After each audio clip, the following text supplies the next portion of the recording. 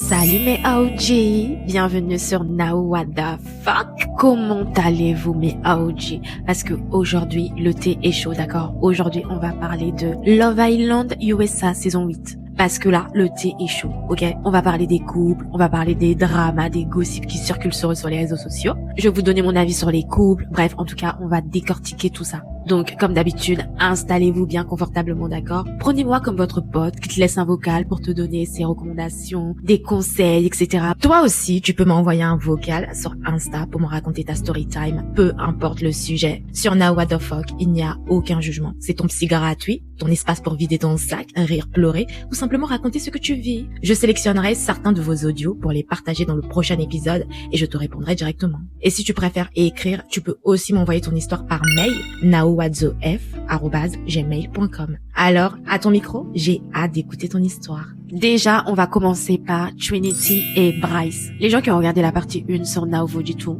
avant de regarder cette vidéo, va regarder la partie 1 sur Now Vous Dit Tout, ok? Et ensuite, on revient pour regarder cette vidéo. Pour Trinity et Bryce, moi, je vous avais dit dès le départ que c'était un de mes couples préférés, d'accord, cette saison. Et c'est eux qui ont gagné. Ils sont grave appréciés. Franchement, c'était vraiment les chouchous dès le départ. Et je pense que le public a vraiment voté pour eux. Vers l'épisode de Casa Amor, vous voyez, quand ils étaient séparés et que Bryce, il s'est mis à pleurer parce que Trinity lui manquait. Et Trinity, pareil, en fait, elle aussi, elle pleurait dans la maison en disant non mais Bryce, il me manque et tout. Et quand ils se sont retrouvés et tout, quand il a couru vers elle, bref, je pense que à partir de là, ils avaient déjà gagné beaucoup de points, d'accord. Ils sont ensemble depuis le début. On a vu l'évolution de leur couple, mais petit gossip. Ce qui s'est passé, c'est que là, il y a l'ex de Trinity, il a sorti une vidéo d'eux ensemble, genre en train de s'embrasser et tout. Et il a dit que ouais, Trinity et lui, ils étaient en couple et qu'elle est partie à Love Island sans lui prévenir et qu'en gros que c'était du mytho et tout, bref. Ensuite, on passe à Melanie et Sincere. Franchement, ce couple, une catastrophe. Franchement, Sincere,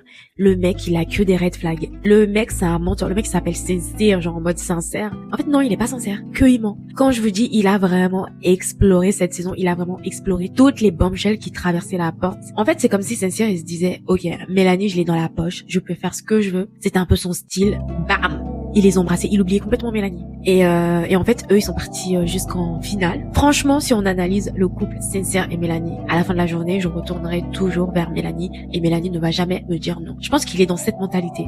Parce que même quand il est revenu de Casa Amor, quand ils étaient séparés, il a dit en mode ouais, quoi que je fasse, en fait, bah je reviendrai toujours vers Melanie. Genre, je sais pas si vous voyez ce que je veux dire. Quand tu regardes l'évolution de Melanie, genre au début, elle était hyper joyeuse et tout, genre. Et en fait, plus sa relation avançait avec Sincere, plus tu voyais que sa lumière, genre sa bonne humeur et tout, bah en fait le mec il lui avait pris toute son énergie, quoi, vous voyez. Genre elle était comme vide à la fin. Genre vraiment, si vous regardez cette hilarité, c'est trop triste. Elle sait en fait que Sincere c'est pas un mec pour elle et tout, que le mec c'est un red flag, mais c'est comme si elle veut toujours fermer les yeux, vous voyez. Bref, en tout cas les gossips qui circulent sur eux là en ce moment. Mélanie et Sincere se sont unfollow sur les réseaux sociaux. Ah oui, et la famille de Sincere, et en fait ils avaient fait un live, et en fait dans ce live que ils insultaient Anaya. Ils disaient que ouais, elle ressemble à Shrek, enfin pas à Shrek, la femme de Shrek, elle ressemble à Fiona et tout, genre, et que des commentaires racistes en fait. Moi je pense que Mélanie, elle devait se mettre en couple avec Corbin. Oui, je sais, vous allez me dire ouais, non, Corbin et tout, lui aussi. Non, franchement Corbin et Mélanie, je trouvais qu'ils formaient un très beau couple. Et même les gens, même sur les réseaux et tout, ils le disent.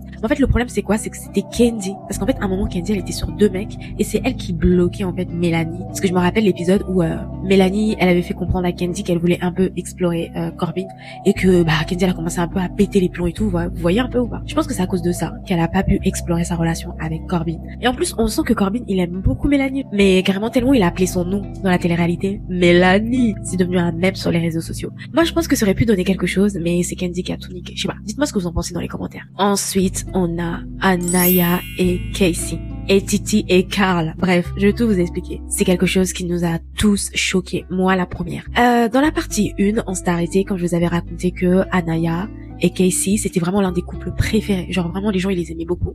Et en fait, ce qui s'est passé, c'est qu'il y a eu Casa Amor. Déjà, avant qu'il y ait Casa Amor, Casey, ce mec, était rempli de red flags. Mais ils voulaient quand même rester ensemble. Je pense qu'ils restent ensemble en mode, s'il y a d'autres bombshells qui débarquent dans la villa, bah chacun fait sa vie, tu vois. Genre, chacun peut aller explorer. Et en fait, Anaya, elle comprenait pas. Parce qu'en fait, le problème de Casey, c'est quoi? C'est qu'il avait un peu un double discours. Un coup, il lui disait, ouais, tu peux aller explorer, genre c'est ouvert, tu peux faire ce que tu veux.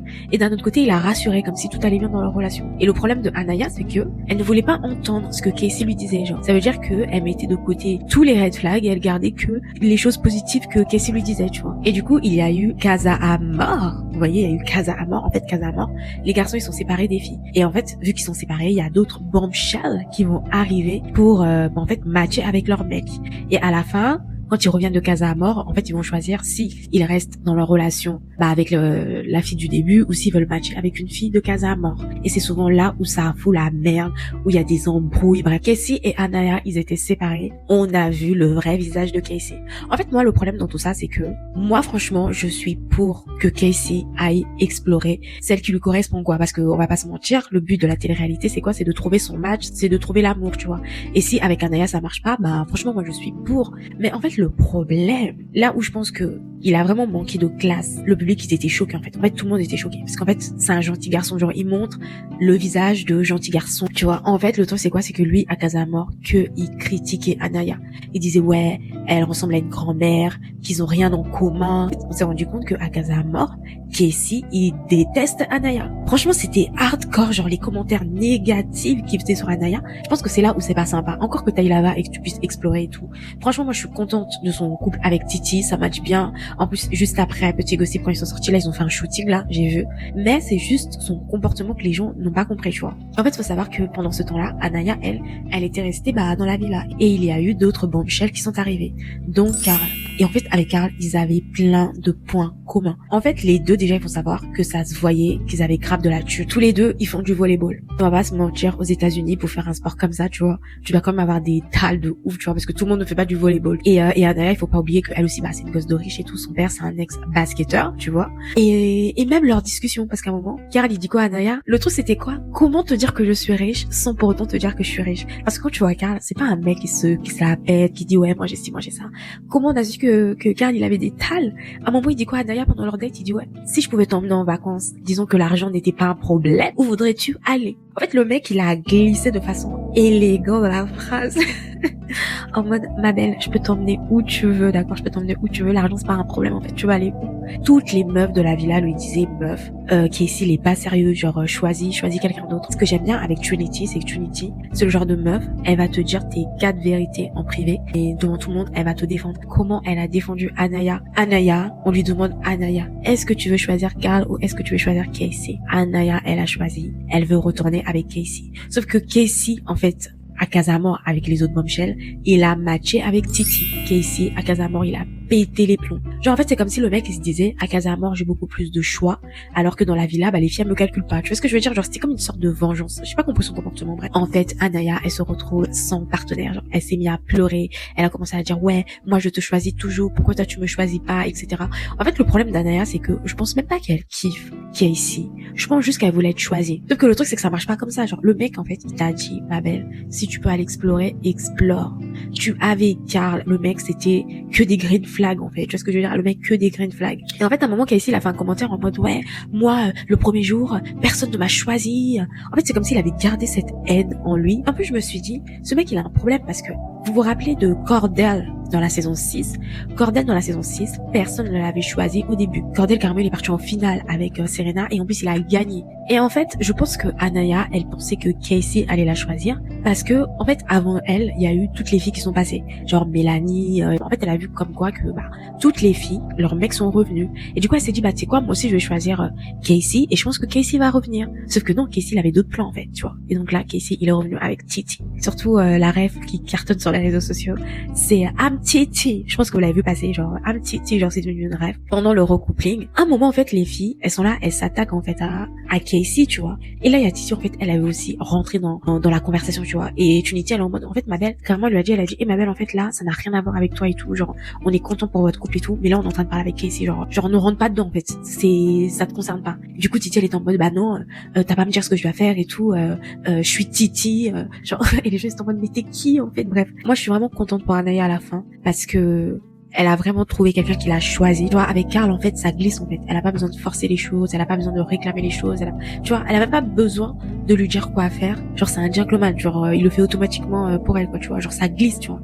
Et avec Casey, ça marchait pas, bah, parce que c'était pas le bon, quoi, tu vois. Et même lui, en fait, je suis même content qu'il ait trouvé Titi. Je trouve qu'ils matchent vraiment bien ensemble. Ensuite, on a Kayda et Zach. Kayda et Zach, ils ont une énergie trop bizarre. Genre, je sais pas comment vous expliquer. Genre, je trouve que les deux, ça give pas, quoi, ça match pas. Je sais pas comment vous dire, genre, il y a trop de red flags. Sur Twitter, les gens, ils étaient là en mode, ouais, Zach et Bryce et tout, ils ont une complicité un peu bizarre. Au début, je voulais pas y croire, genre, j'étais en mode, non, mais les gens, ils aiment bien exagérer. Genre, Bryce et Zach, en fait, ils sont juste potes, genre, ils aiment bien faire des blagues. Mais plus tu regardais la télé-réalité, plus tu voyais les deux se rapprocher. Genre, quand je lui dis se rapprocher, on dirait ce qu'il fait.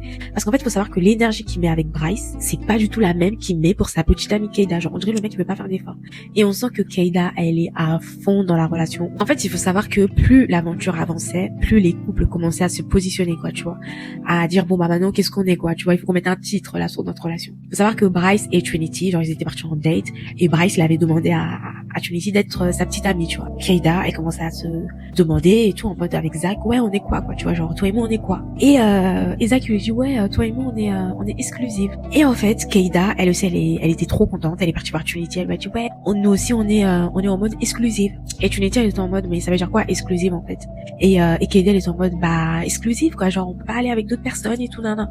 Et là, il y a Trinity qui lui dit, bah, c'est un peu comme une situationship. En fait, c'est quoi une situationship? C'est, genre, ça veut dire, tu sais, quand tu dis, ouais, c'est compliqué, tu sais pas trop si vous êtes en couple ou pas en couple, tu vois, genre, c'est un peu bizarre. Et du coup, Kayda, elle avait hyper mal pris, elle a dit, ouais, comment tu peux dire ça? Et ensuite, on avait Candy. En fait, Candy, un coup je l'aime bien, un coup elle m'énerve. Parce qu'en fait, faut savoir que Candy cette saison, c'était vraiment la sincère, mais au féminin, tu vois. Mais plus elle avançait, plus elle faisait n'importe quoi. Et je pense que le moment où elle est vraiment partie trop loin, parce qu'elle explorait vraiment avec tous les mecs, c'est quand elle est partie draguer le mec de sa meilleure amie, en fait. La tarée, elle est partie draguer le mec de Jane. Parce qu'en fait, faut savoir que Jane et Candy, elles étaient grave proches dans la villa. Et en fait, le mec, il est parti embrasser Candy. Et du coup, Candy, elle est partie le dire à Jane, qui était sa meilleure amie, tu vois, parce qu'elle a quand même embrassé son mec. Et Jane, elle a dit, ouais, je suis déçue de toi. Franchement, je te dis, hein, si on était dehors et qu'on n'était pas dans Love Island, toi et moi, on serait jamais amis et tout, nan. Quand tu fais des trucs comme ça. Et quand je lui dis Candy, elle pleure jamais. Genre, elle pleure jamais. Là, elle a craqué, toi, c'est bien à pleurer et tout. Le moment aussi, elle est partie vraiment loin, là, je me suis dit, non, mais là, meuf, t'abuses. C'est quand, bah, et clairement, Candy, c'est pas les mecs qui la faisaient pleurer, c'est elle qui faisait pleurer les mecs. Quand je vous dis, son mec là, Dylan, il a pleuré quand il a appris que Candy a embrassé Gal. Dylan, il s'est mis à pleurer. En fait, c'était en mode, premier red flag, tu bouges. Genre quand elle a vu que Corbin, parce qu'avant de partir à Casa Amor, Corbin et elles étaient en match. Et en fait, dès qu'elle a vu que Corbin à Casa Amor, il faisait que de la critiquer, bah, qu'il profitait des meufs et tout, là, elle a même pas cherché midi à 14h, elle était en mode, et moi, je pars explorer d'autres garçons. Et pour finir, il y avait Corbin. Franchement, moi, je suis contente que à la fin, Corbin, il ait quand même trouvé son match avec Parmidia, j'arrive plus jamais à dire son nom, Parmidia, Parmesan, parce que sur les réseaux sociaux, les gens l'appellent Parmesan. Bref, qu'il ait trouvé son match, lui aussi, franchement. Voilà, quoi. Bref, en tout cas, franchement, cette saison était juste, on passait par tous les émotions. Chaque épisode, tu passais de la colère, au rire, aux pleurs de joie, aux pleurs de tristesse. Et voilà, c'est la fin de l'épisode. Et toi, dis-moi, est-ce que tu as aimé Love Island saison 8? Je veux tout savoir. Dis-moi tout en commentaire. Et surtout, n'oublie pas, hein, tu peux m'envoyer un vocal sur Insta pour me raconter ta story time. Comme ça, le prochain épisode, je vais partager ton audio et on va y répondre directement, d'accord? Et je vous fais plein de bisous. Bye!